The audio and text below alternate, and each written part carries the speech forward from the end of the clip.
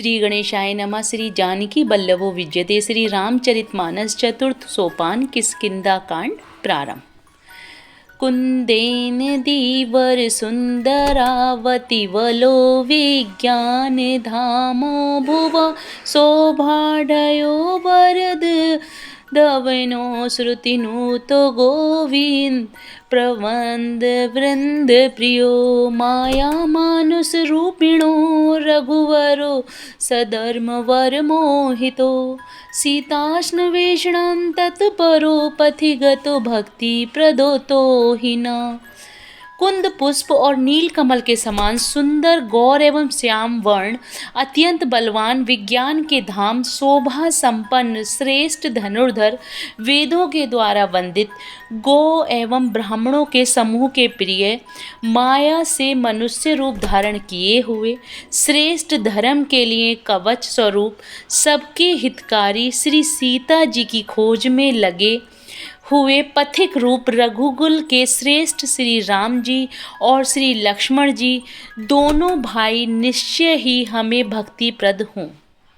ब्रह्मबुद्धि संबुधम कलिमल प्रवंदशनं चाव्यम श्रीमच्छम भोग खेन्दो सुंदर वरे संशोभितं सर्वदा संसार में भेषजं सुखकरं श्री जानकी जीवनम धन्यास्ति कृतिन् पिबन्ति संतत श्री राम नाममृतम्।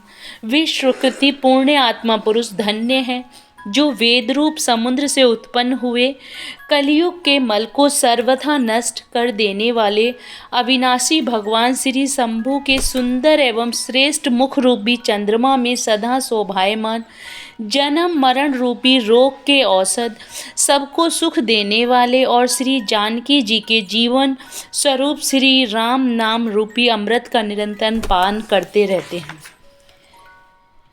16 मुक्ति जन्म महि जानी ज्ञान खानी अगहानि कर जह बस शंभु भवानी सो काशी से कसना। जहाँ श्री शिव पार्वती बसते हैं उस काशी को मुक्ति की जन्मभूमि ज्ञान की खान और पापों का नाश करने वाली जानकर उसका सेवन क्यों न किया जाए। जरत सकल सुर वृंद विषम गरल जेहि पान किए तेहि न भजसी मन मंद को कृपाल शंकर शरीश। जिस भाषण हलाहल विष से सब देवतागण जल रहे थे उसको जिन्होंने स्वयं पान कर लिया, रे मंद मन तू उन शंकर जी को क्यों नहीं भजता। उनके समान कृपालु कौन है। आगे चले बहुरी रघुराया ऋष्य मूक पर्वत नियराया जह तह रह सचिव सहित सुग्रीवा आवत देखी अतुल बल शिवा। श्री रघुनाथ जी फिर आगे चले। ऋष्यमुख पर्वत निकट आ गया। वहाँ ऋष्यमुख पर्वत पर मंत्रों सहित सुग्रीव रहते थे। अतुलनीय बल की सीमा श्री रामचंद्र जी और लक्ष्मण जी को आते देखकर अति सभीत कह सुनु हनुमाना पुरुष जुगल बल रूप निधाना। धरि बटु रूप देखु ते जाई कह सुमा जान जिय शयन भुजाई। सुग्रीव अत्यंत भयभीत होकर बोले, हे हनुमान सुनो, ये दोनों पुरुष बल और रूप के निधान हैं। तुम ब्रह्मचारी का रूप धारण करके जाकर देखो। अपने हृदय में उनकी यथार्थ बात जानकर मुझे इशारे से समझाकर कह देना। पठहि बाली हो ही मन मेला भागो तुरत तजो यह सेला। विप्र रूप धरि कपित है गया हूँ माथ नाई पूछत अस भय हूँ। यदि वे मन के मलिन बाली के भेजे हुए हों तो मैं तुरंत ही इस पर्वत को छोड़कर भाग जाऊं। यह सुनकर हनुमान जी ब्राह्मण का रूप धरकर वहां गए और मस्तक नवाकर इस प्रकार पूछने लगे। को तुम श्यामल गौर शरीरा छत्री रूप फिरहु बनवीरा। कठिन भूमि कोमल पदगामी, कवन हेतु बिचरहु बन स्वामी। हे वीर, सांवले और गोरे शरीर वाले आप कौन हैं जो क्षत्रिय के रूप में वन में फिर रहे हैं। हे स्वामी, कठोर भूमि पर कोमल चरणों से चलने वाले आप किस कारण वन में विचर रहे हैं। मृदुल मनोहर सुंदर गाता, सहत दुसह वन आतप बाता। कि तुम तीन देव में को, नर नारायण की तुम दो। मन को हरण करने वाले आपके सुंदर कोमल अंग हैं और आप वन के दुस्सह धूप और वायु को सह रहे हैं। क्या आप ब्रह्मा विष्णु महेश इन तीनों देवताओं में से कोई हैं, या आप दोनों नर और नारायण हैं। दोहा 1। जग जाकारन तारन भव भंजन धरनी धाभार, कि तुम अखिल भुवन पति लीन मनुज अवतार। अथवा आप जगत के मूल कारण और संपूर्ण लोकों के स्वामी स्वयं भगवान हैं, जिन्होंने लोगों को भवसागर से पार उतारने तथा पृथ्वी का भार नष्ट करने के लिए मनुष्य रूप में अवतार लिया है। कौशलेश दशरथ के जाए, हम पितु वचन मानि बन आए। नाम राम लक्ष्मण दो भाई, संग नारी सुकुमारी सुहाई। श्री रामचंद्र जी ने कहा, हम कौशल राज दशरथ जी के पुत्र हैं और पिता का वचन मानकर वन आए हैं। हमारे राम लक्ष्मण नाम है, हम दोनों भाई हैं। हमारे साथ सुंदर सुकुमारी स्त्री थी। इहा हरि निशिचर वेदेहि, विप्र फिरहि हम खोजत तेहि। आपन चरित कहा हम गाई, कहूँ विप्र निज कथा भुजाई। यहाँ वन में राक्षस ने मेरी पत्नी जानकी को हर लिया है। हे ब्राह्मण, हम उसे ही खोजते फिरते हैं। हमने तो अपना चरित्र कह सुनाया, अब हे ब्राह्मण अपनी कथा समझाकर कहिए। प्रभु पहिचानी परहु गई चरना, सो सुख उमा जाई नहीं वरना।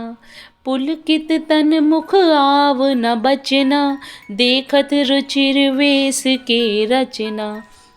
प्रभु को पहचानकर हनुमान जी उनके चरण पकड़कर पृथ्वी पर गिर पड़े। उन्होंने साष्टांग दंडवत प्रणाम किया। शिव जी कहते हैं, हे पार्वती, वह सुख वर्णन नहीं किया जा सकता। शरीर पुलकित है, मुख से वचन नहीं निकलता। वे प्रभु के सुंदर वेश की रचना देख रहे हैं।